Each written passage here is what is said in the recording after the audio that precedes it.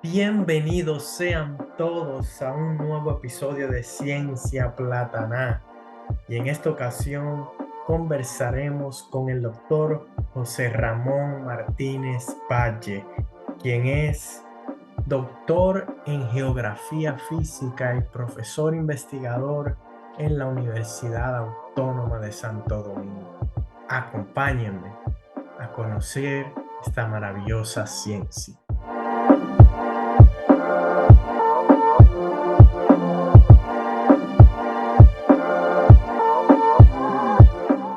En el afán de aprender más sobre mi área de estudio y otras ciencias, yo sigo muchas cuentas en Twitter que tienen un contenido científico.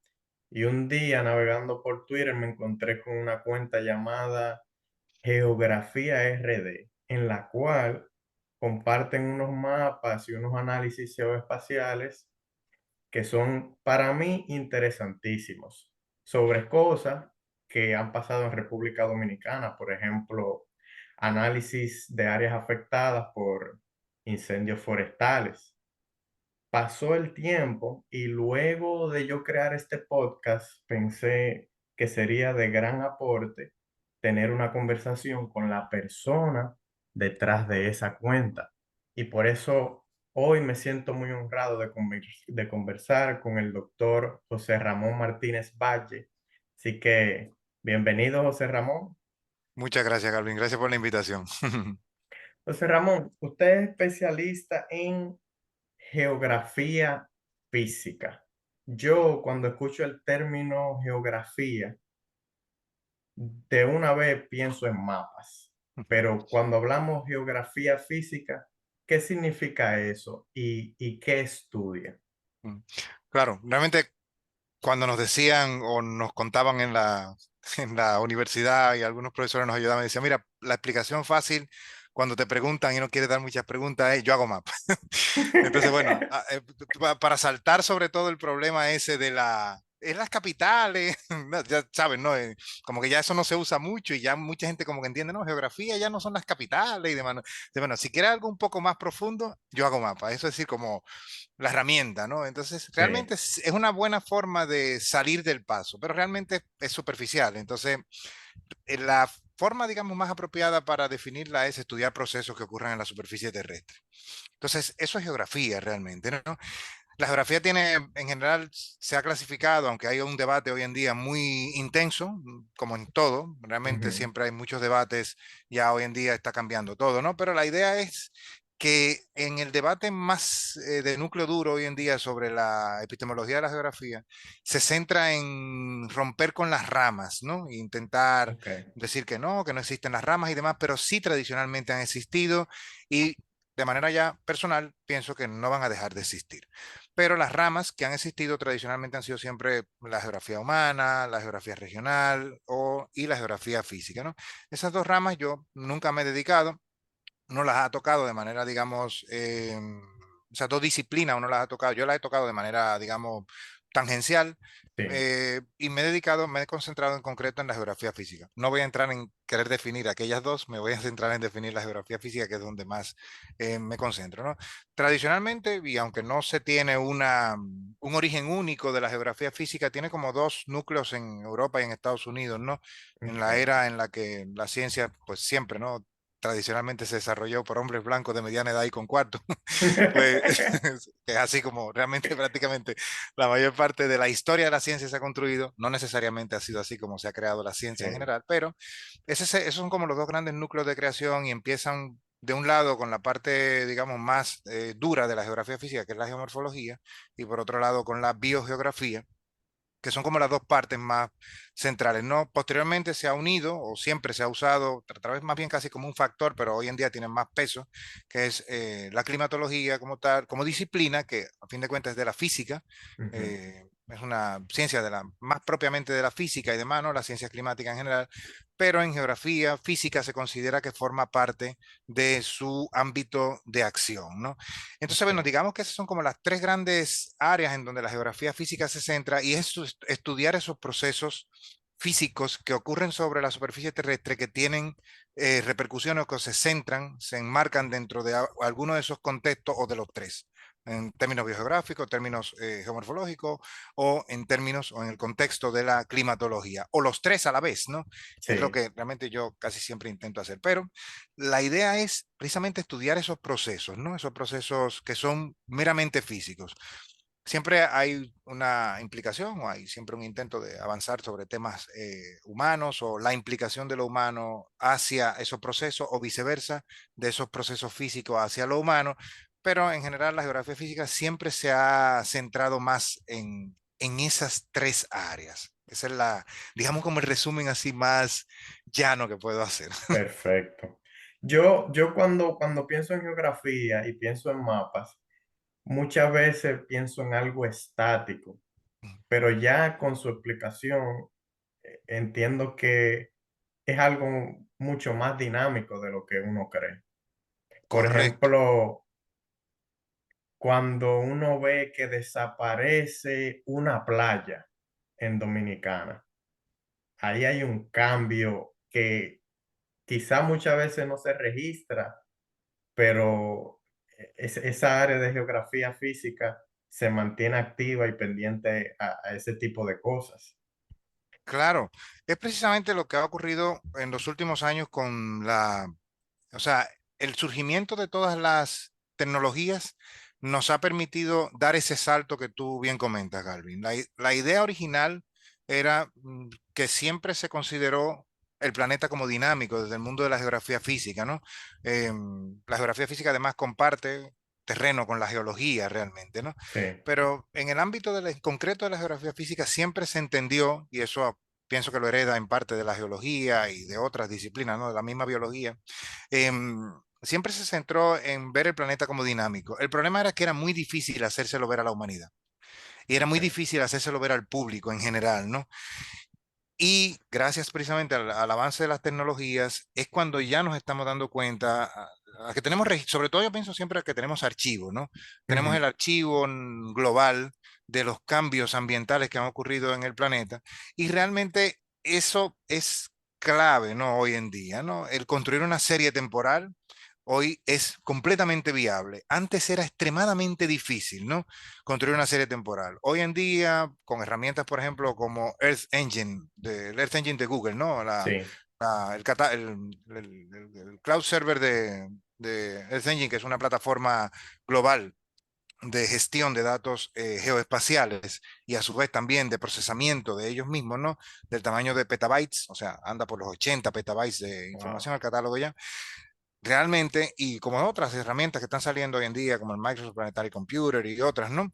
Nos están haciendo ver que realmente el planeta es muy dinámico. Entonces ya no nos cuesta explicar que el cambio en el planeta es la norma, Sí, no lo que pensábamos antes. Entonces, claro, ese objeto de estudio, la playa, como el ejemplo que has puesto, también es extrapolable ese ejemplo a muchas otras situaciones. El bosque, como objeto de ujú, estudio también concreto de la biogeografía, el propio clima, por supuesto. Ese casi nunca ha costado mucho explicar que es cambiante, pero sobre todo el tiempo atmosférico es más fácil explicar que es cambiante. El clima, cuando se ha introducido precisamente el cambio climático, pues realmente ha costado más, pero realmente también la humanidad también lo está entendiendo. Pero realmente en concreto, que entender que una playa, un abanico aluvial, un CARS de plataforma como el de la ciudad de Santo Domingo, el CARS de Mogotes, de los Haitises, o sí, las propias montañas, todo esto, ayudar a entender a la humanidad, al público en general, que esto es cambiante, precisamente esta tecnología lo están permitiendo hoy. Así que lo has enmarcado muy bien. Estamos en un contexto en el que estamos capacitados y además orientados dentro de la geografía física a estudiar un planeta cambiante, con sus objetos de estudio claramente cambiantes, ¿no? perfecto. José Ramón, ¿cómo se puede aplicar esta ciencia en República Dominicana para nosotros beneficiarnos de ella? Como me dicen mis estudiantes, no, bueno, o sea, siempre traigo más las experiencias que tengo en el aula con relación precisamente a cómo llevar esto a República Dominicana. La persona indicada no soy yo. Eso es lo primero. La persona indicada no soy yo. No tengo paciencia para interactuar en grandes públicos. Ni Okay. tengo la paciencia ni me resulta cómodo. Me siento bastante incómodo normalmente cuando estoy ante audiencias, ¿no? Ante audiencias Ujú. grandes, ¿no? Eh, Pero el camino realmente es la divulgación. Ese es el camino, ¿no? Para hacer que en Sí, República Dominicana esto crezca más.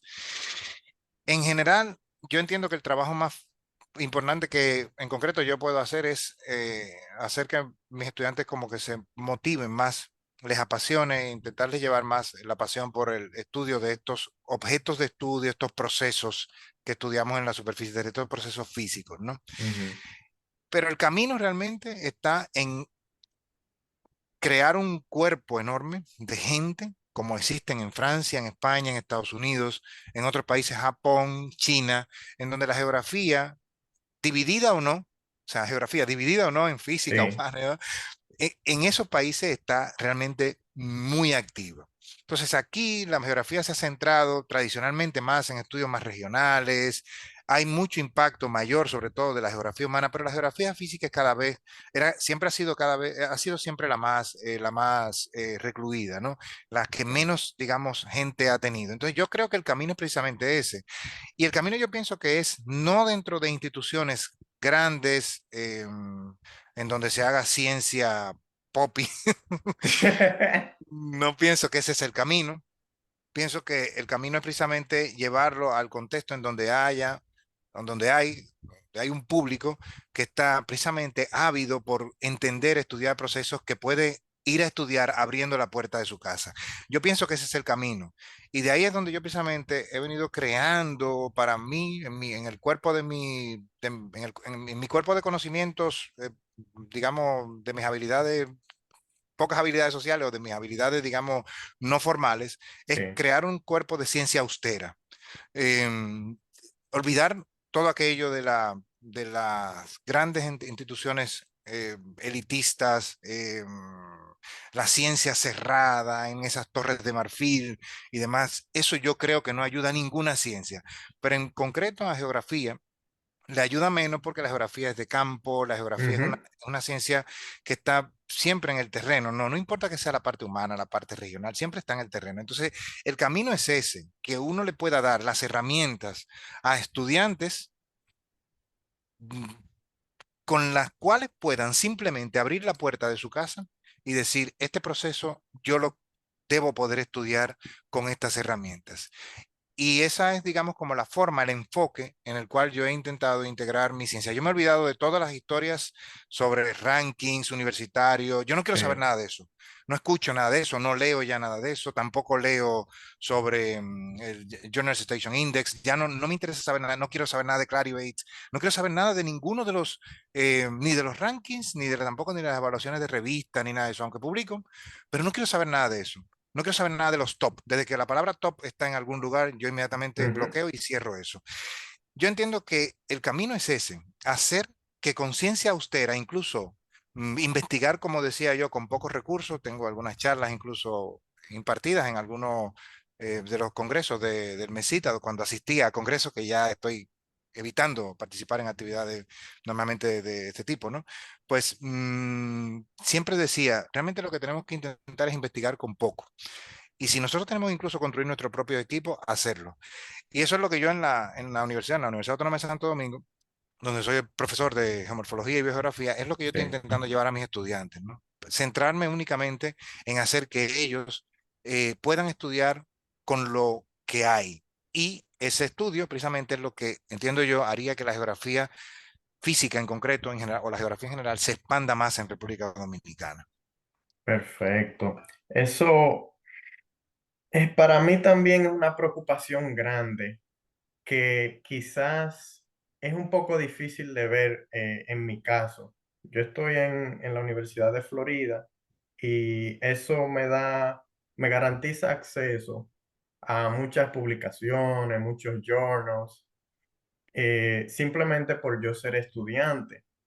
Pero me pongo a pensar, y cuando yo salga de aquí, yo no tendré acceso a tantas publicaciones, a recursos para investigación. Y lo que usted propone, hacer ciencia, usted me ha mencionado con software libre y hardware libre. Yo siento que una excelente idea para el caso dominicano, donde Mm. muchos de los estudiantes apenas tienen dinero para ir a la universidad. Después, más de ahí, no hay. Eso es eso que enmarcas dentro de lo que yo vengo denominando desde hace algún tiempo, bueno, vengo concibiendo de alguna manera como el paywall de las ciencias, pero en general, ¿no? Ujú, No solamente la parte de artículos, sino el paywall global. Es un paywall, es un muro de pago que tenemos contra todo en el momento en el que hacemos ciencia. Ese muro es lo que yo entiendo y yo lo que vengo considerando, ese muro hay que derribarlo, ¿no?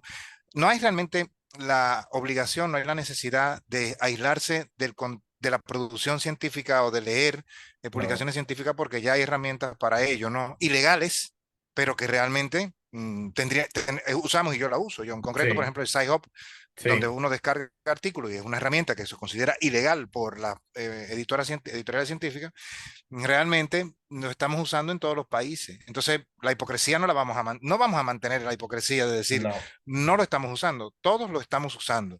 Y yo en concreto República Dominicana lo estoy usando y mis estudiantes lo ven usando, ¿no?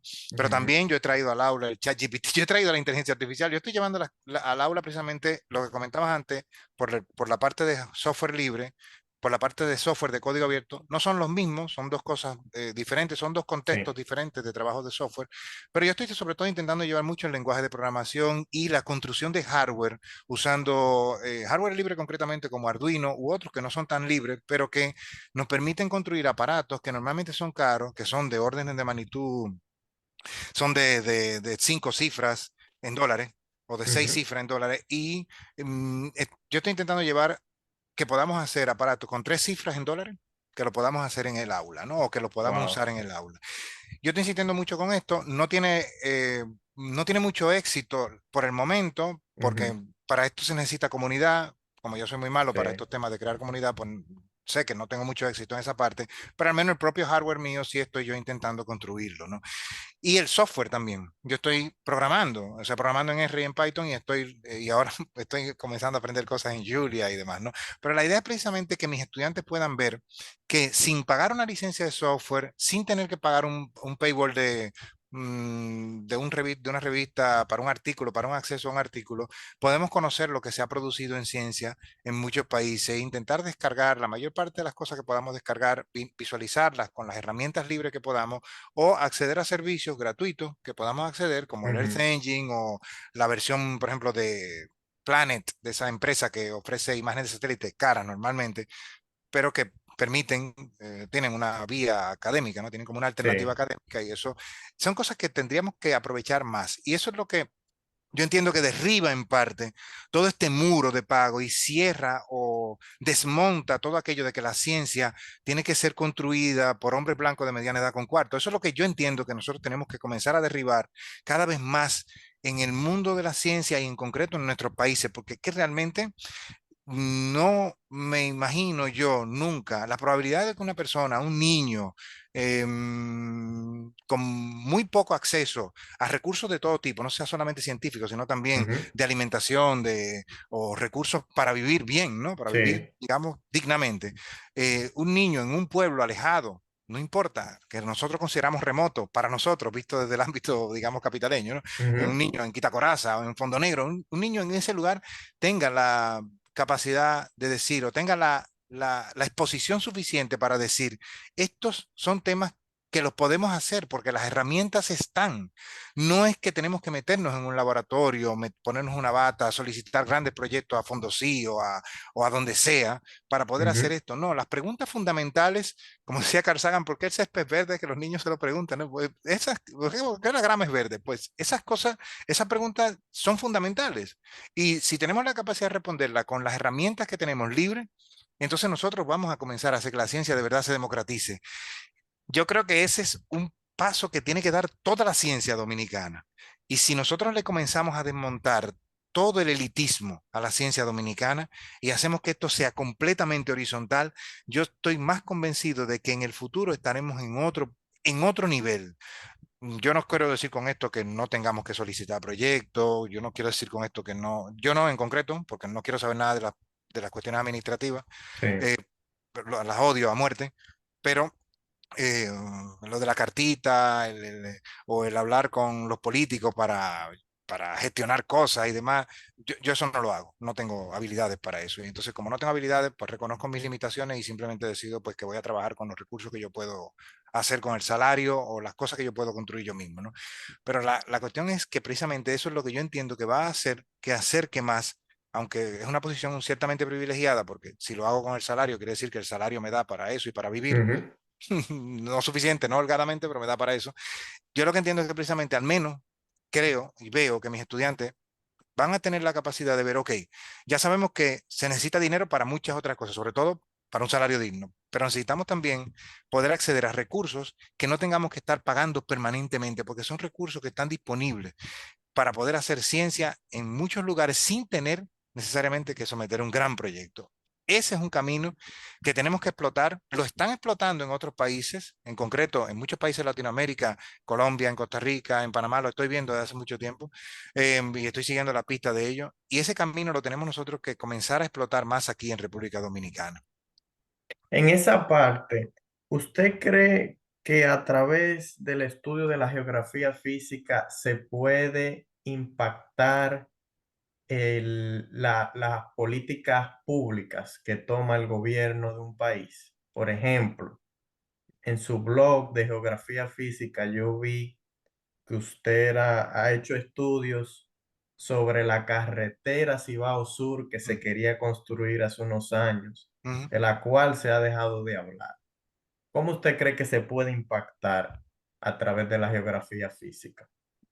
Con, primero que nada, con personas con grandes habilidades sociales y políticas. Eso es lo primero. Entonces, claro, por supuesto, yo no soy ese, pero sé que hay personas que van a surgir en algún momento y lo van a poder hacer. Las necesitamos a esas personas, ¿ok? No Ya. es que no las necesitemos. Entonces, eso es lo primero que necesitamos. Lo segundo es gente que haga el trabajo técnico, como ese que ha mencionado que hice yo. Eso es lo segundo. Pero con el trabajo técnico de fondo, ese trabajo que han mencionado, la carretera Cibao Sur, o todo el tema de los estudios de fuego a nivel nacional o a nivel global, o los Ujú. estudios, por ejemplo, de sequía, como por ejemplo estudia un compañero está ahora mismo trabajando en la Universidad de Tennessee, que es también profesor de la Universidad Autónoma de Santo Domingo, Dimitri Herrera, ¿no? O sea, o otros investigadores de la Universidad Autónoma de Santo Domingo, de la carrera de geografía o de otras áreas, que están trabajando y haciendo la parte técnica. Todo ese personal le va a dar cuerpo técnico a lo que las personas con grandes habilidades pueden llevar a esos niveles y elevarlo, ¿no? Es Sí, cierto que la presión social se construye desde las dos vías. Es decir, la presión social se construye desde las dos vías. Necesitamos, por una parte, el contenido técnico, pero también necesitamos la presión, la alarma, la manifestación. Necesitamos esa parte también, ¿no? Y por supuesto, como digo, también necesitamos esa implicación de una clase política y de una clase política que está también formada, con gran capacidad crítica también para decir, bien, esto tiene sentido, aunque ujú, responde más a sus intereses políticos, pero al menos están escuchando todo el contenido técnico que se está produciendo. El mejor ejemplo de eso en concreto, puedo decir uno o varios de los ejemplos, sí, no es concretamente de los mapas, por ejemplo, de la oposición a la carretera Cibao Sur que yo hice en aquel momento, o los mapas que hago permanentemente de los fuegos. No ese es el mejor ejemplo, digo yo, porque ajá, esto no llega a los políticos. Yo, de hecho, ni siquiera ni los menciono, ni busco contacto con ellos, ¿no? ujú, Algunos sí buscan contacto conmigo, muy pocos, la verdad, porque saben que yo soy un poco samuro, que me escondo, pero realmente sé que esto ayuda un poco, pero yo creo que realmente el impacto más importante que se puede tener es con que en los puestos de mando, donde están los denominados, entre comillas, tomadores de decisiones, ujú, haya personas con esa capacidad crítica de decir, esta producción técnica está hecha, ya hay un suficiente conocimiento sobre esto, ¿no? Vamos entonces a evaluarlo, siempre lo van a evaluar desde sus intereses políticos, claro, a fin de cuentas van a poder quizá tomar unas decisiones mejor informadas y uno de los ejemplos que yo creo que mejor puede ser, que en concreto no es el de la carretera Cibao Sur, yo creo que uno de los mejores ejemplos que yo podría traer aquí ahora mismo es, para traerlo a Dominicana, voy a sí, poner un ejemplo sí, también español, es en concreto toda la fuente de información que se generó dentro del Parque Nacional Jaragua se ha generado históricamente. Todas las fuentes de información que se generaron para hacer que el parque fuera una parte de eso se le debe precisamente al Grupo Jaragua y a otras Ujú. entidades, para hacer que esa área se entienda desde un punto de vista más biológico, que es además el fuerte que tiene la entidad, ¿no? Eso ha ayudado a que muchos políticos lo entiendan y ellos han tenido también la habilidad para moverse entre los sectores políticos para poder decir, ok, mira, esto es así. Esto realmente los sectores políticos entonces entienden finalmente y han manejado y han intentado llevar la, la gestión del área protegida hacia un terreno en donde precisamente se eviten cosas como las que estamos viendo que están amenazando hoy. Sí, Voy a poner un ejemplo español también, un ejemplo español muy perfecto. concreto, uno fracasado y uno exitoso. La gestión de fuego en Andalucía en concreto. Yo Ujú. como estudié allí, pues conozco algo de ello, ¿no? Y en Andalucía la gestión de fuego es criticable todavía, hay muchas cosas por mejorar, pero tienen un plan de gestión de incendios. Un plan de comunicación, un plan de estudio, un plan de prevención, tienen muchos planes, ¿no? Infoca tiene muchas cosas, ¿no? Realmente el éxito de la gestión del fuego en Andalucía, que es cuestionable en muchas cosas también, pero hay muchas Sí. cosas que son muy exitosas, lo es, ¿no? Pero un gran fracaso, por ejemplo, en España, Doñana, un parque nacional llamado Doñana, en donde realmente la gestión del área protegida aparentemente ha sido mal en los últimos años, Ujú. ¿no? Y nosotros tenemos ejemplos de fracaso en República Dominicana también. ¿Cuántas áreas protegidas no tenemos que han terminado, por razones políticas estrictamente, han terminado convertidas en un desastre total, como el Parque Nacional José del Carmen Ramírez, por ejemplo, ¿no? Pero tenemos los exitosos y tenemos los fracasos.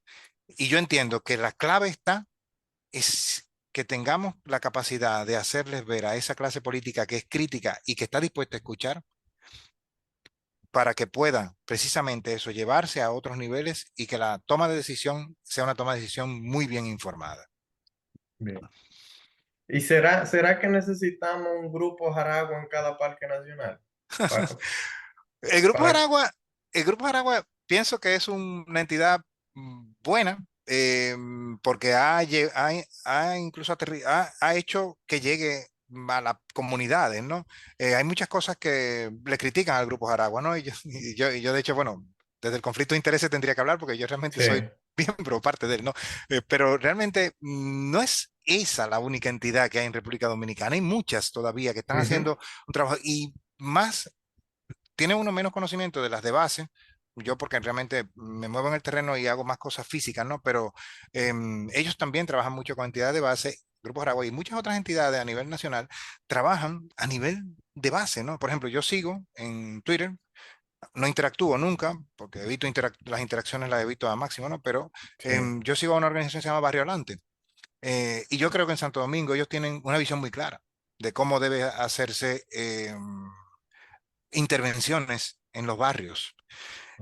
Para Oh, mí, Barrio Alante, aunque ellos no lo sepan y yo nunca he interactuado con ellos para nada, pero aunque ellos no lo sepan, yo admiro la visión que ellos tienen, ¿no? Sí, sí. muy criticable probablemente cosas como las que les critican, de que no, que son reaccionarios y demás, ya, pero es que realmente en el contexto en el que están ellos, la entidad Barrio Alante, es un contexto en el que ellos entienden la dinámica del barrio. Y si uno Ujú. intenta llegar a un lugar haciendo o ciencia para caída o intervención paracaídas, intervenciones políticas paracaídas, ellos las denuncian. Y yo sí estoy convencido de que ese tipo de entidades tienen, con su sentido crítico y que están la mayor parte de ellas movidas por jóvenes, chicas jóvenes normalmente, yo entiendo que tienen ese sentido crítico para darse cuenta. Un momento, aquí estamos nosotros, nosotros tenemos cosas que decir. Y eso es precisamente donde yo creo, y ahí es donde yo creo precisamente con ese tipo de entidades es donde yo creo que precisamente hay una oportunidad de realizar cambios a nivel nacional que se está desaprovechando. Y desde las entidades que son más de contextos más privilegiados, como por ejemplo Grupos Aragua, Sí. o de, con- o de- se puede aprovechar más, o sea, es decir, desde entidades que se hacen de paraguas a veces o que están en un contexto más de privilegio, se puede aprovechar más esa iniciativa que está surgiendo en una relación muy de horizontalidad con esas entidades para poder lograr mejores sinergias y lograr más cosas en el ámbito local. Yo creo que no es que necesitamos más grupos Aragua, necesitamos más, tanto entidades que tienen la preocupación, tienen los Ujú. recursos y tienen las habilidades para obtener fondos y manejarse incluso en el ámbito político, pero también necesitamos sea, se necesita a nivel nacional que las entidades de base estén más presentes, tengan más acceso a los recursos y que además ninguna de las entidades que funcionan con sus grandes privilegios, ninguna de esas entidades tenga la idea de llegar a un sitio para hacer algo en un contexto de paracaidismo, ¿no? En un contexto Sí, helicóptero, ¿no? Como la ciencia sí, helicóptero, ¿no? Esta que aterriza en el lugar y desconoce todo lo que hay, ¿no? Yo creo que necesitamos más escuchar lo que está pasando en las bases. una base. Suena Y político, parece que estamos hablando no, pero es de que político, pero es así. siempre que se hablan de temas medioambientales, se conjuga el componente cultural, social, biológico. Es un tema complejo, inherentemente complejo, entonces hay que hablar de todo, de todo. Sí. Ya pasando un poquito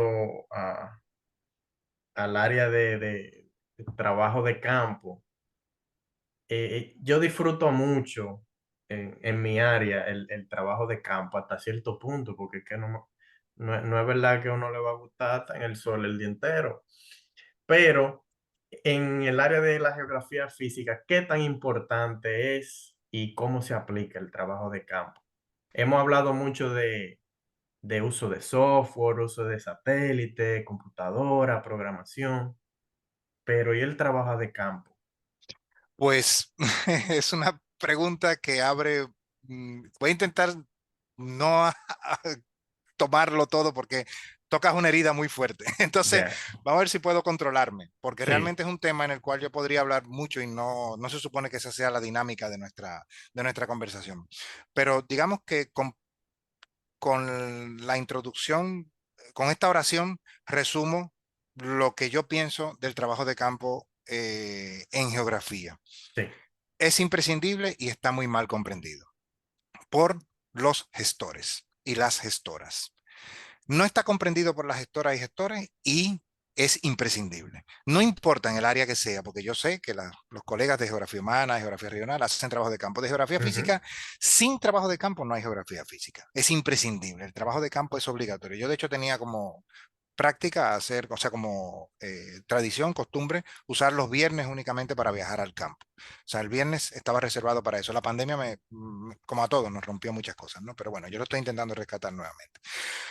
La idea es, ahora expandiendo un poco lo que te comentaba anteriormente, ¿no? Mm, el trabajo de campo es imprescindible porque realmente, aun cuando en el libro de Antoine Saint-Exupéry no se refleja bien el papel del geógrafo porque dice que es una persona que está en un lugar y el explorador es el que va y le trae los datos. Creo que sí, en el planeta 7 cuando se encuentra con el geógrafo, me parece recordar, no es buena esa analogía, porque el geógrafo realmente está en el terreno, la geógrafa está en el terreno. Sin datos de campo es imposible uno saber que un río tiene la probabilidad de producir una inundación en un área determinada. La peligrosidad por inundaciones no se puede saber si no hacemos trabajo de campo. Por supuesto, necesitamos las fuentes satelitales, no importa la que claro, sea, ya sean imágenes ópticas, imágenes radar, la que sea, no importa, necesitamos fuentes, ya, ok, cartográfica. Pero sin el trabajo de campo no lo vamos a poder hacer.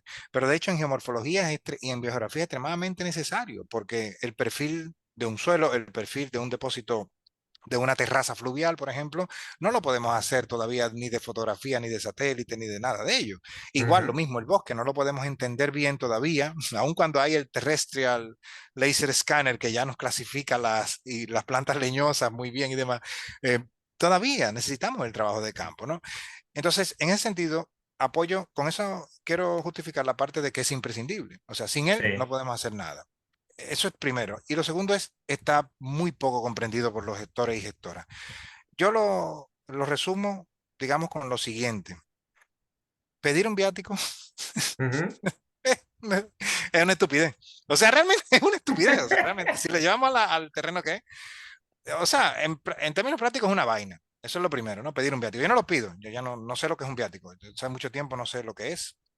Porque como tengo una tradición de trabajo en el terreno hace muchos años, del año 93, sí, y en el año 97, cuando empecé a trabajar en el sector público, pues me di cuenta de que realmente aquello de ir al terreno era una cosa que el gestor no la entiende. Es decir, el político, gestor, administrador no lo entiende. ya entiendo.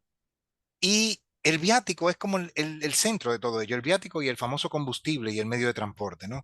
Eso hace que es digamos que es el núcleo de cualquier trabajo de campo. Eso hace que, de cualquier trabajo de campo, eso hace que comiences a pensar, ok, no puedo hacerlo, entonces voy a tener que comenzar a buscar alternativas y demás. Las alternativas que uno normalmente comienza a buscar o a encontrar es trabajar cerca o preferiblemente en una estación experimental, que creo que tú tienes experiencia en Sí, eso, sí, Galvin. Es decir, esos son contextos muy interesantes, pero es que la geografía en una estación experimental, por ejemplo, o trabajar con lo cercano, no le es suficiente. La geografía necesita precisamente el territorio, porque sin territorio realmente trabajar en geografía es prácticamente es imposible, ¿no? Entonces, es muy difícil.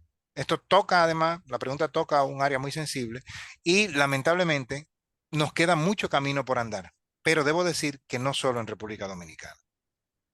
En todos los países que yo he visitado, hasta ahora he visitado en los que he vivido, el trabajo de campo sigue siendo considerado un estorbo, sigue siendo considerado un problema, sigue siendo considerado un engorro para la administración. Lo de la facturita fiscal no la puede pedir en Oviedo, no la puede pedir en el Higüero cuando vas a entrar al hoyo de Pelempito. No no, vas a encontrar a nadie que te acepte una tarjeta de crédito. No puede ser que alquilar un vehículo implique que tú tienes que pasar tu tarjeta de crédito por un lugar. Lo digo lo estoy trayendo del año 2013 o sí, 2014. Ha sí, cambiado seguramente, pero como ya yo no manejo proyectos de investigación, seguramente eso ha cambiado. Alguien seguramente podría en algún lugar darnos más pistas sobre cómo esto está manejándose ahora desde los proyectos, ¿no? ujú, Pero realmente que yo, por ejemplo, haya tenido que poner mi tarjeta de crédito en el medio para luego asustarnos con que un cristal se rompiera y que nos van a cobrar 30.000 pesos y que eso va a salir de una tarjeta de crédito.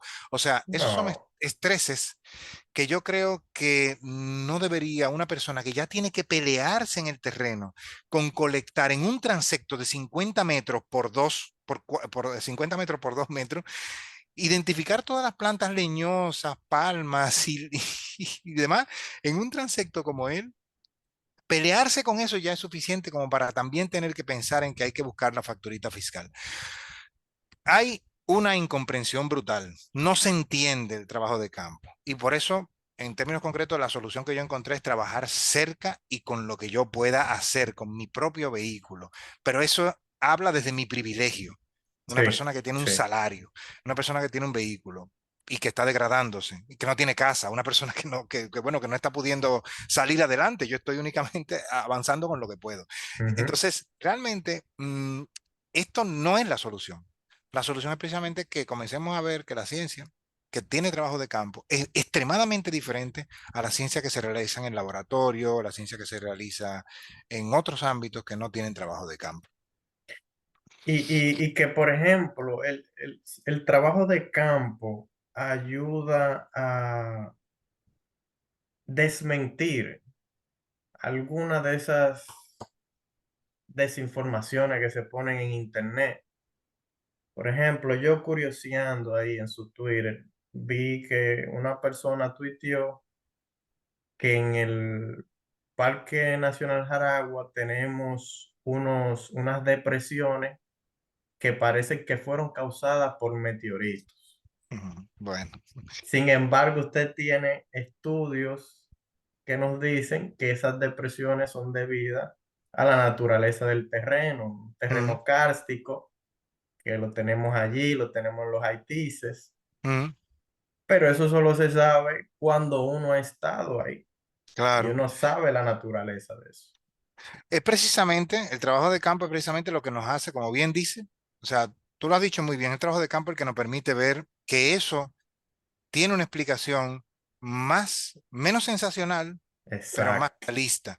Entonces, el gran problema al cual nosotros enfrentamos, porque básicamente trae como un tema también paralelo ahí, aparte, Sí, sí, parte de campo, que es todo el tema de cómo las redes están manejando la información científica. Nos han dicho todos los expertos globales que saben sobre comunicación científica, yo sigo a una que es como muy activa en redes, que se llama Naomi Oreskes. ok. Todos nos han dicho que los científicos tenemos que tenemos que salir y que tenemos que ir a los a divulgar, que tenemos que hacer, además, detener todas las teorías de conspiración, ayudar a detenerlas, parar la desinformación, parar el bulo, ayudar, contribuir a ello. Nosotros no lo vamos a parar, pero a contribuir a ello sí. Yo no puedo. Yo no- o sea, yo la sigo. Puedo estar de acuerdo con ella, pero yo no lo hago. Yo, de hecho, por ejemplo, concretamente, cuando se me preguntó, bueno, Yolanda León, una colega Sí. bióloga dominicana, me, me mencionó en una de esas conversaciones, yo saqué a la persona que había hecho la publicación original y Ujú. respondí que tenía una pregunta en concreto. Yo respondí a la persona que tenía la pregunta en concreto, ¿no? Yo no voy a entrar en el detalle. Hay mucho que No, leer. sí, sí, sí. Hay que leer, hay que leer. Yo entiendo que quien publica tiene que leer mucho, ¿no? Y bueno, simplemente con saber la edad de esas rocas ya se da cuenta uno rápidamente de que todo lo que se está diciendo ahí es completamente imposible, ¿no? Pero incluso la edad de las rocas no es el modelado incluso viene muy posterior a la formación de las rocas, es decir, que el modelado, el relieve se forma después de la deposición de las rocas, ¿no? Entonces, no es cuestión ahora de salir con la capa a salir ahora a ser de súper científico y decir, no, yo no Ujú. creo en eso, ya realmente me di cuenta de que eso no tiene sentido porque no estamos consiguiendo que los terraplanistas desaparezcan gracias a nosotros. No, no van a desaparecer gracias a nosotros, los chemtrails No. o los chemtrails o la homeopatía, no va a desaparecer, no va a Oh, desaparecer. Dios mío. Gracias a nosotros no va a desaparecer, van a seguir existiendo porque hay personas que Cierto. necesitan precisamente ser populares gracias a la pseudociencia. Entonces, lamentablemente, yo entiendo que lo que Naomi Oreskes plantea de que los científicos, las científicas, tenemos que salir hacia la sociedad y al público a hacerlo, deberíamos hacerlo. El mejor ejemplo que puedo poner de esto es yo mismo, en Sí, concreto, yo mismo. Yo lo del cambio climático no lo entendía. Ni lo creía, ni, o sea, no es que lo creía, porque yo que realmente, bueno, soy ateo, no creo en nada, sí. no creo, yo necesito demostración y ya está, pues bueno, nada. Y el que crea o el que tiene que defender algo por su convicción, pues lo puede hacer sin ningún problema. A mí no me importa Ujú. eso, la verdad. Es cuando entra en el terreno ya de la, de la producción científica, en donde yo sí no quiero que entre nada que tenga que ver con creencias, ¿no? Eh, en mi caso en concreto, el cambio climático, yo, como no lo entendía, yo insistía en que realmente no, esto no debe ser cierto. Hay mucho, creo, de inflado aquí en todo esto, ¿no? Aunque puede ser que hayan cosas infladas, realmente la mayor parte de la evidencia que hay hoy en día es fuerte. Muchos pronósticos quizás no se han cumplido, es cierto. Hay Sí. otros que sí se están cumpliendo y realmente desmontar o sea, desmontar toda la conspiranoia que había o todas las teorías de conspiración que había sobre que el cambio climático no existe y que no está provocado por la humanidad ha sido posible. ¿Cómo yo me autoconvencí de que esto era así? Ujú. No fue con voces diciéndome ni focas aplaudiendo por ningún lugar, ni tampoco con voces insistiéndome sobre esto es así, tiene que ser así, demás, ¿no? Fue revisando la documentación científica, construyendo yo mismo mis propios modelos. Y me di cuenta, realmente sí, esto es muy fuerte, el cuerpo de conocimiento que hay detrás de ello, y es como también muchas veces también dice Naomi Oreskes, ¿no? No es que la ciencia no funciona como, y pone los ejemplos típico, ¿no? Que ha habido en la historia de la ciencia con las teorías Sí. de conspiración y demás, los modelos tolemaicos, el coperniano y demás, ¿no? O sea, pone esos ejemplos, ¿no? La ciencia no funciona tan simple como decir, ok, esto es así porque es así. No, No. es que la tecnología avanza, muchas cosas nosotros no nos damos cuenta y necesitamos un cuerpo crítico que nos permita seguir avanzando para poder precisamente hacer que la mayor parte de las cosas las podamos demostrar. Y eso es precisamente donde yo creo que entra la ciencia reproducible. Entonces, como yo sí entiendo y estoy convencido y la hago, que la ciencia reproducible es así, eh, es el camino para esto, para desmontar cualquier teoría de conspiración, como la ciencia Ujú. reproducible lo es, yo entiendo que ese es uno de los caminos con los cuales nosotros podemos hacer que todo este mundo del sensacionalismo en redes sociales caiga poco a poco. Sí. Porque si uno, cuando hace una medición de una superficie de área quemada, lo hace demostrando cuáles fueron las fuentes que uno usó, mostrándola, poniendo los algoritmos que uno usó también, hace que cualquier persona con el conocimiento que pueda tener o con ayuda de un amigo o una amiga pueda decir, ok, yo esto lo estoy consiguiendo igual que lo consiguió el científico o la científica. Por lo tanto, la ciencia reproducible es uno de los caminos que yo pienso que es más interesante para eso. Naomi Oreskes que insiste sobre eso también, muchas otras personas que se dedican a Ujú. la comunicación de la ciencia. Pero el camino fundamental para que esto acabe es que salgan los científicos a que esto sea así. Yo Ok, espero que los colegas lo hagan porque yo no puedo. necesitamos el apoyo de los demás colegas, claro que Sí, sí. sí, sí, Entonces, Ramón, sí. dentro de tus exploraciones e investigaciones, ¿cuál ha sido uno de los hallazgos más impresionantes para ti? La piratería kárstica. Ese es el Qué es hallazgo. eso? Sí, sí, la piratería kárstica o el Cars Piracy o la captura kárstica, ¿no? Ajá, Poniéndolo en breve, en corto, aún, aún lo que tengo de momento, a fin de cuentas son demostraciones puntuales, la tengo publicado en un artículo, está también en un preprint y está publicado en una revista de cero impacto, lo cual me gusta, pero es lo que, está publicado. pero está publicado. Ah, consiste en lo siguiente, si un curso fluvial, vamos a llamarlo, a usar palabras mayanas, un río, Sí, circula por algún terreno, y en ese ámbito ocurre una situación en la que se produce en concreto las dolinas, mal llamadas cráteres de ajá, meteoritos, las dolinas que ocurren normalmente en las situaciones cárticas, como aquí tenemos en los Tres Ojos y demás, como esas, ¿no? Que son cenotes en concreto, son sí, un tipo particular de dolina, pero que hay muchas otras, como las que hay en Jaragua, aquí en la ciudad de Santo Domingo también. Ah, si ocurre una de ellas en su discurrir dentro del río, el río se va a perder. Hay ríos que se pierden. El oh, Brujuelas es un caso. wow, Sí, hay ríos que se pierden. El Brujuelas es un caso. Hay otros ríos que surgen, ¿no? O sea, que son las denominadas surgencias, como el río en Los Naranjos, o el Naranjal no me acuerdo, los Naranjos, el Naranjal en los Haitises, ¿no? ajá, Esto ocurre en muchos ríos, ¿no? El Mulito, en Pedernales, hay muchos, ¿no? El río Las Damas, ¿no? Esto ocurre en muchos lugares, ¿no? Ríos que salen, pero también hay ríos que se pierden. El Brujuelas es uno, ¿no? Que tienen una pérdida, ah, como se llama. Esto en geomorfología se conoce como un ponor, ¿no? Ah, un ponor. Em, Esto ocurrió en un río desconocido para la humanidad, conocido para los ocoeños, que se llama el río Naranjal. Se perdió en algún momento de su historia geomorfológica, geológica. Se perdió y se perdió aparentemente dentro de un karst, de un trocito de karst cretácico, ajá, bueno, de rocas cretácicas, perdón. El karst no es de modelado cretácico, es un karst mucho más reciente en modelado, más probablemente en el Cenozoico, o sea, más acá de los 65 millones de años para acá, pero mucho más reciente, ni siquiera tan cerca de los 63, 65 millones de años, ¿no? El límite entre el Cenozoico y el Cretácico, ¿no? Sino más bien mucho más para acá, mucho más para acá, en algún momento de su historia geológica, mucho más para acá, estoy hablando del Cuaternario más reciente, ujú, ¿no? O sea, estoy hablando de los últimos, de hecho, el Pleistoceno. Aparentemente este río dejó de circular en superficie y circuló de manera subsuperficial dentro del karst. Muchos lo hacen en el Pomier, esto también lo hemos visto en muchos ríos, el hecho de la Toma es un caso de ellos, un río que se pierde en el karst del Pomier y aparece en la Toma, ¿no? Esto ocurrió allí. Lo que pasa es que este río tiene la historia completa. Este río sí, circuló por debajo, o sea, por dentro del karst, y luego volvió a aparecer en superficie, ¿no? Y luego tiene un curso fluvial tradicional, como lo tiene nosotros, y tiene de hecho en el área donde esto ocurrió una cascada importante que le llaman la Cueva de los Indios, en ujú, el Naranjal, Arroyo Parra. Bueno, el Naranjal es un arroyo que le entra a un arroyo más conocido en Ocoa que se llama Arroyo Parra.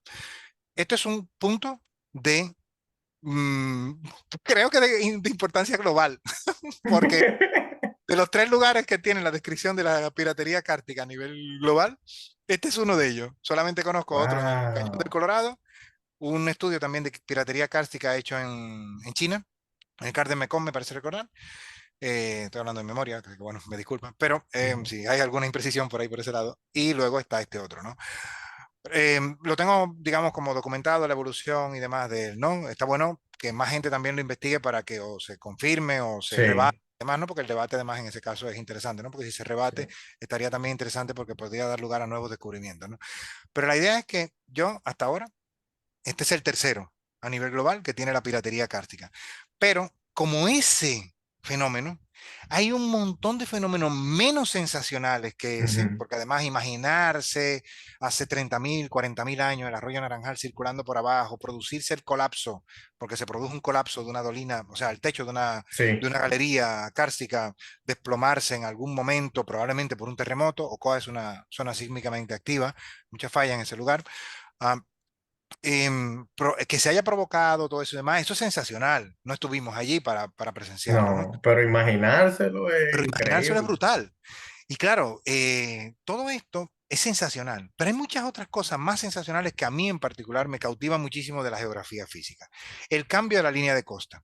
Hay una estudiante de Eso. geografía que está trabajando ella, yo detesto, realmente detesto el mar, no quiero saber mucho de él. El planeta es más océano que tierra, pero realmente yo es que el mar, cuando hay que trabajar en el mar, voy porque me llevan. No es porque yo elija trabajar en el océano, en el mar. En el océano, desde luego no, pero en el Ujú. mar o en la costa sí me llevan, ¿no? Y esta estudiante me llevó, ella está interesada en trabajar con los temas del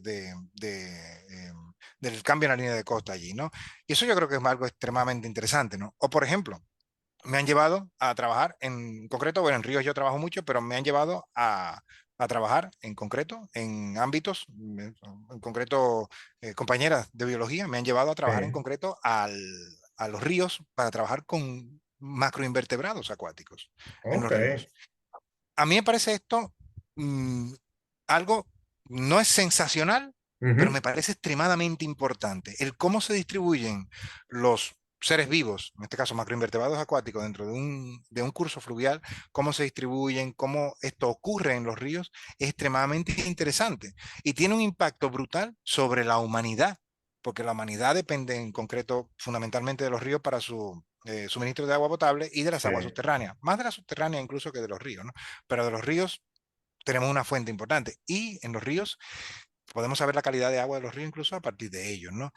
Más cosas que son extremadamente importantes para la humanidad: estudiar abanicos aluviales, estudiar mejor el CARS, estudiar los fenómenos de inundación en la llanura, de inundación en concreto, el cómo ocurren estos fenómenos, son temas muy concretos de la geografía física. Estudiar los bosques, la distribución de hormigas, cómo ocurre la distribución de hormigas. A mí un colega Wow.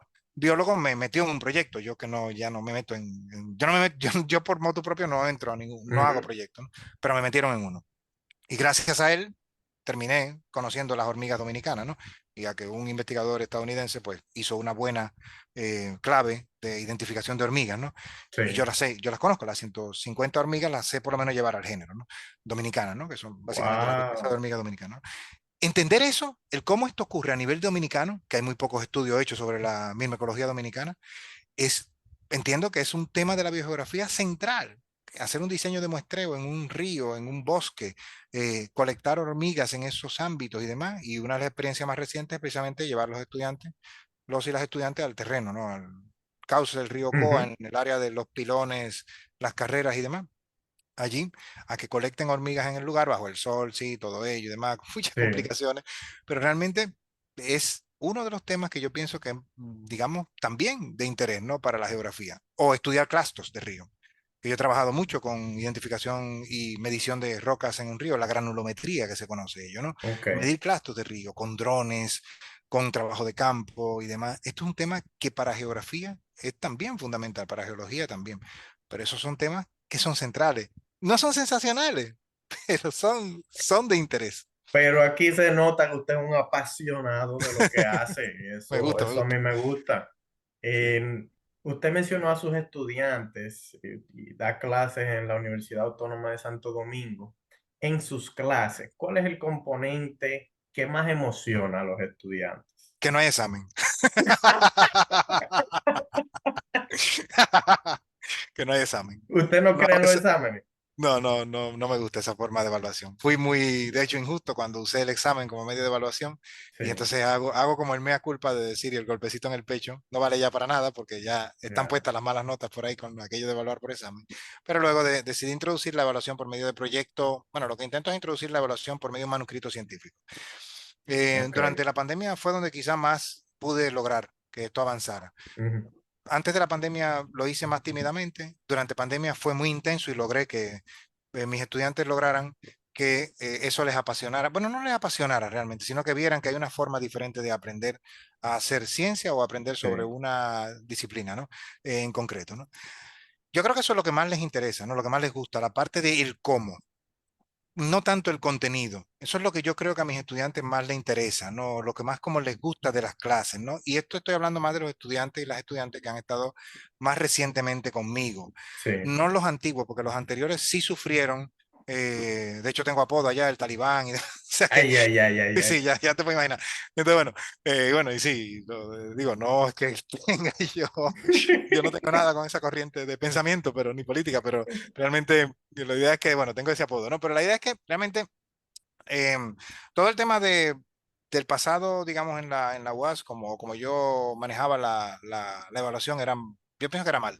Ahora quizás pienso que hay más elementos para hacerlo desde un punto de vista quizás más justo, Sí, pero todavía también me enfrento al problema de que esto es una dinámica que no es muy fácil seguirla. Porque yo lo que intento es como, vamos a hacer el manuscrito, y yo mismo estoy además, de hecho, mostrando unos signos de cansancio muy fuertes, ¿no? A lo largo del semestre. ok.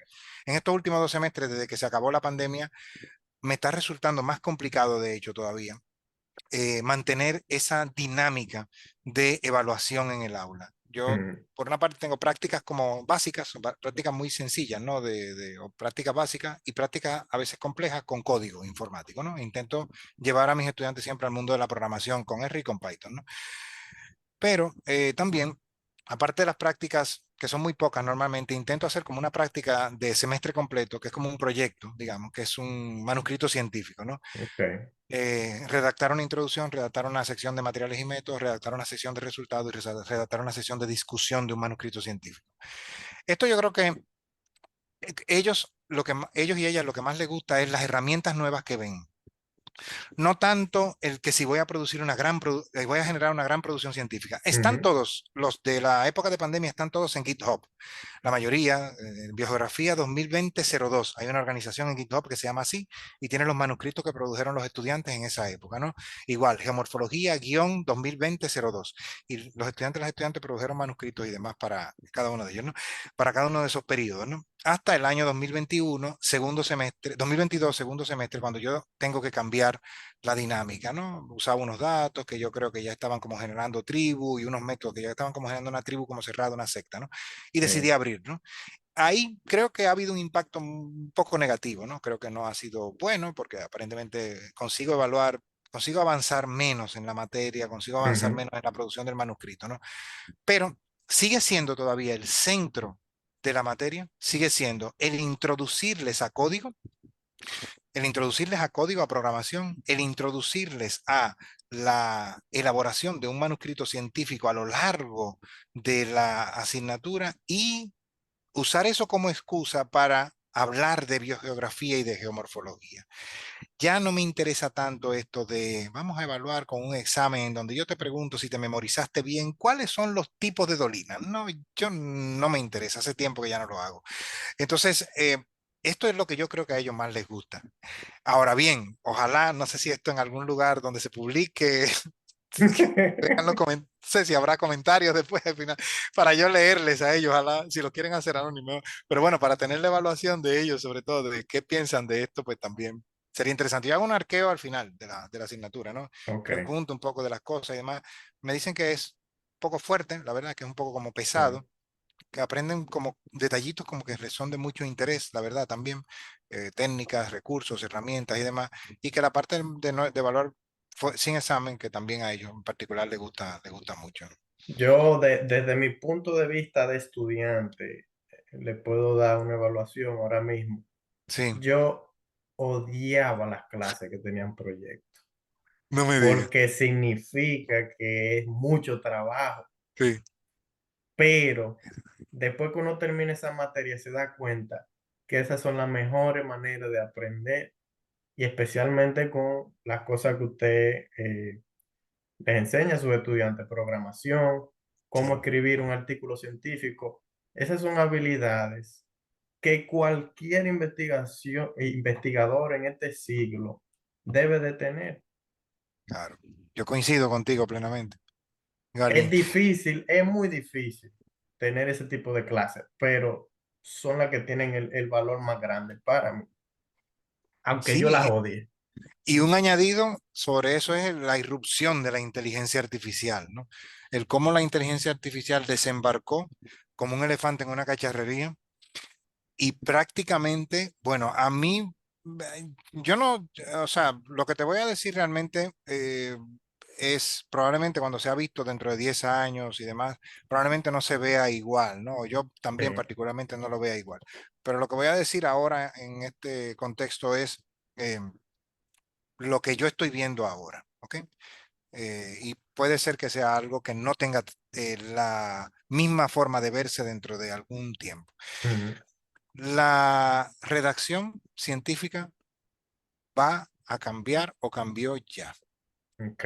La evaluación por proyecto de redacción tiene que cambiar.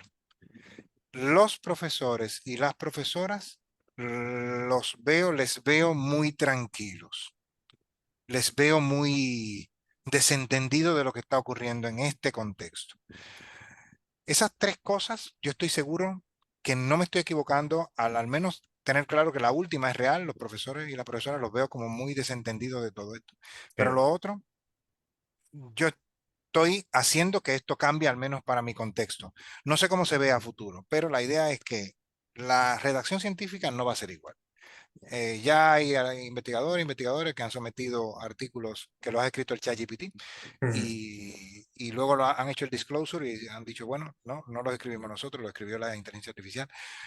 Los artículos han pasado por peer reviewing, el editora lo ha aprobado y esto genera un problema probablemente también ético, ¿no? Que no sabemos exactamente dónde nos va a llevar. Pero lamentablemente, nos guste o no, bueno, lamentablemente no, nos guste o no, ya cambió para siempre la redacción científica, pero también, en mi opinión, cambió la forma de hacer de hacer materia basada en proyectos. Si nosotros Ya. creíamos, los profesores, profesoras, que el trabajo de redactar era una cosa que no lo iba a hacer una máquina, debemos ya reconocer que esto no es así. Sí. Y entonces, en noviembre, yo tuve la crisis brutal cuando salió la versión 3.5 Ujú. del GPT 3.5 y la versión de web de ChatGPT, ¿no? Eh, Cuando salió, yo entré en una crisis brutal y dije, bueno, ok, no lo voy a llevar al aula, pero este semestre yo decidí ser yo el que lo lleve al aula.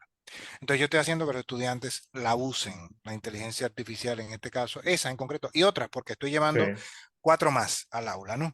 Em, Esto yo creo que no debemos estar al margen los profesores y profesoras que estamos trabajando basándonos en proyectos. Y lo último o sea, lo último que te decía, veo a los profesores muy desentendidos sobre este tema. Me preocupa en particular en el ámbito universitario. Me Ujú. preocupa que estén como desentendidos, que no está pasando nada. Ujú. ¿Ok? No pasa nada. Ok. Pero donde más me preocupa es en la educación inicial y básica, en donde el profesorado probablemente con unas habilidades informáticas muy limitadas y unas estudiantes que parece que le llevan la milla, le llevan la milla en Sí. esto, ¿no? Están haciendo cosas que probablemente ellos digan, oh, pero la pandemia hizo que los estudiantes mejoraran mucho sus habilidades de redacción. Ah, Ahí es donde yo siento que más, de hecho, nos debería preocupar, porque realmente debería haber incluso hasta una directiva de parte del Ministerio de Educación, por supuesto, no de prohibir, sino de ver cómo estas herramientas van a llegar al aula de la educación inicial, básica, secundaria y demás. esa parte de la inteligencia artificial, yo quería llegar a ese tema porque en estos días se ha mencionado muchísimo. Yo mismo me he puesto a apoyar el ChatGPT a ver qué sale. Me encontré con unos errores ahí los Sí, otros días para citar sí, artículos sí, científicos, te los inventa. se lo inventa Yo, directamente. pero estos artículos no existen cuando me pongo a buscarlos. Sí, Pero sí, sí, hay otras cosas en las que es muy bueno. Por ejemplo, le preguntas algo sobre programación, te lo resuelve el código. te resuelve el código. O si no te funcionan a ti los códigos, por lo menos tienes una base que te pueda ayudar a buscar el camino. Entonces, estoy de acuerdo en esa parte de que usemos la inteligencia artificial como herramienta de enseñanza. y el profesor tiene que estar actualizado con eso. Pues si me permites también agregar Sí, un poco sobre ello, porque creo que la descripción que has hecho es bueno, exactamente así es como yo se lo dije a ellos, ¿no? Tengan cuidado, las citas no se pueden. no, Pídanle refraseo, pídanle arreglar código, pídanle organizar mejor su redacción, pídanle mejorar la gramática, pídanle comprimir texto. O sea, pídanle eh, darle mayor consistencia, pídanle extracción de contenido. ujú, No le pidan ni que les construya cita, no le pidan que les saque los resultados de su investigación. Cada cosa que la inteligencia artificial le devuelva, no importa que sea el ChatGPT o las otras que hay, cada vez que encuentren una oración que les guste o un párrafo que les guste, lo toman, lo copian, lo ponen en su documento en color rojo y en remojo allí hasta que ustedes lo puedan leer. Esa es una forma, me parece, ética de usarlo, porque te está sí, ayudando en la redacción en cosas que probablemente tú incluso no vas a ser capaz de ver. Como el modelo se ha entrenado con la redacción de múltiples, o sea, se ha tokenizado la mayor parte de el texto que está disponible en línea, pues por supuesto va a tener quizá mejor capacidad de hacer construcciones gramaticales mejores, ¿no? Ahora bien, los inventos de citas, parece que en el 4.5 ha mejorado eso, ¿no? El motor 4.5 ujú, que está disponible en la versión gratuita es el 3.5, ¿no? Pero el motor GPT 4.5 parece que mejora. Ahora bien, también hay inteligencias artificiales para buscar citas, ¿no? Hay una app sí, llamada Consensus, Consensus App, Insightful, tanto también Obsidian está también ayudando para ello, y hay muchas otras, por ejemplo, Chat PDF, que tú le pasas el PDF de algo y él también te ayuda a extraer y a buscar cosas relacionadas. Ah, Consensus en concreto, Consensus.app, así se llama el servicio web, ujú, te ayuda a extraer, a hacer el extracto de un artículo. O sea, ¿qué fue la conclusión a la que la persona llegó? ok, De un artículo poniéndole una pregunta o poniéndole muchas palabras claves de un tema que tú estés interesado, ¿no? Entonces te lleva a un artículo, a muchos artículos, pero no te lleva solo a ello dándote una lista como te la da Google Scholar con el ajá, título del artículo, sino, o el vínculo al PDF o lo que sea, ¿no? Sino que te saca el extracto de cuál fue la conclusión más importante a la que esa persona llegó. Riesgo de ese tipo de aplicaciones, tiene que ser lo que esté publicado. Por lo tanto, sí, el sesgo de la ciencia sigue estando o va a sí, estar más sesgo también porque los highly cited van a estar siempre más promovidos, aunque he visto que la aplicación está intentando como poner por encima también las que no son highly cited. O sea que realmente em, hay herramientas, pero lo que tenemos que tener claro es siempre poner en remojo. El saber qué preguntar es hoy en día quizá más importante que saber exactamente cómo debo exactamente poner el adverbio, el artículo y demás, es ujú, saber qué preguntar.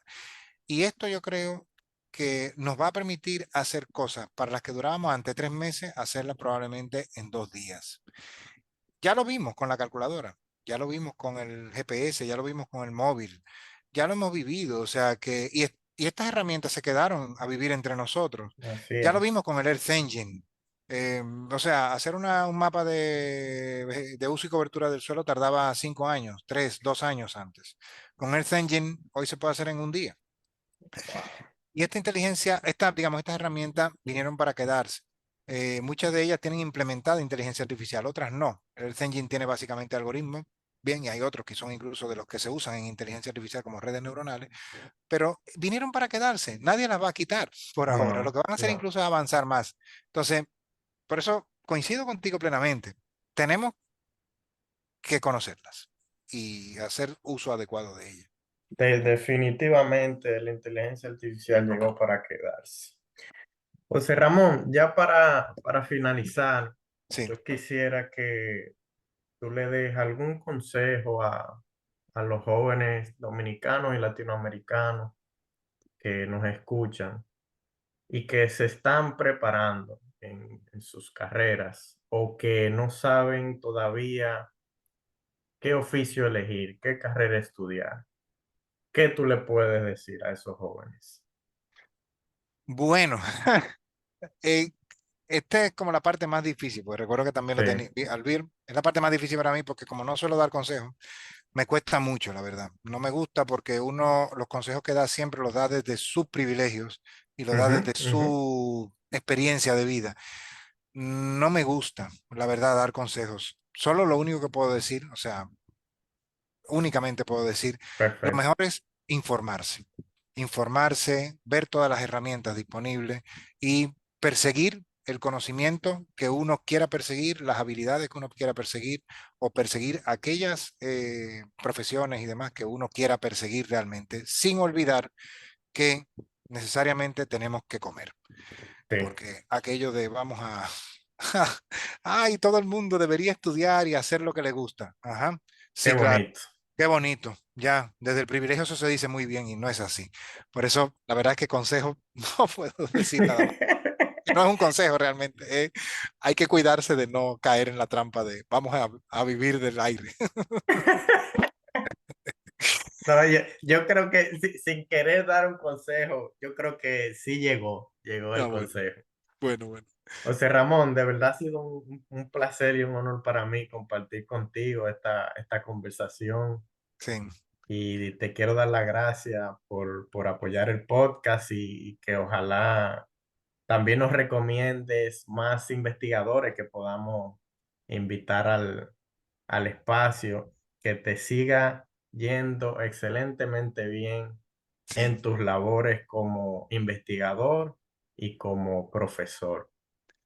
Pues igualmente también te agradezco la invitación. Te pasaré una lista de personas que pienso que sería interesante que también si pueden apoyarte lo hagan, Sí, para que por correo quizá más bien te paso. Y igualmente también agradecerte porque la forma en la que ha llevado la entrevista me ha gustado bastante. Así que bueno, te agradezco la invitación, te agradezco también la forma en la que me ha llevado por este podcast. muchísimas gracias, José Ramón. Gracias a ti, éxitos también para ti. Gracias.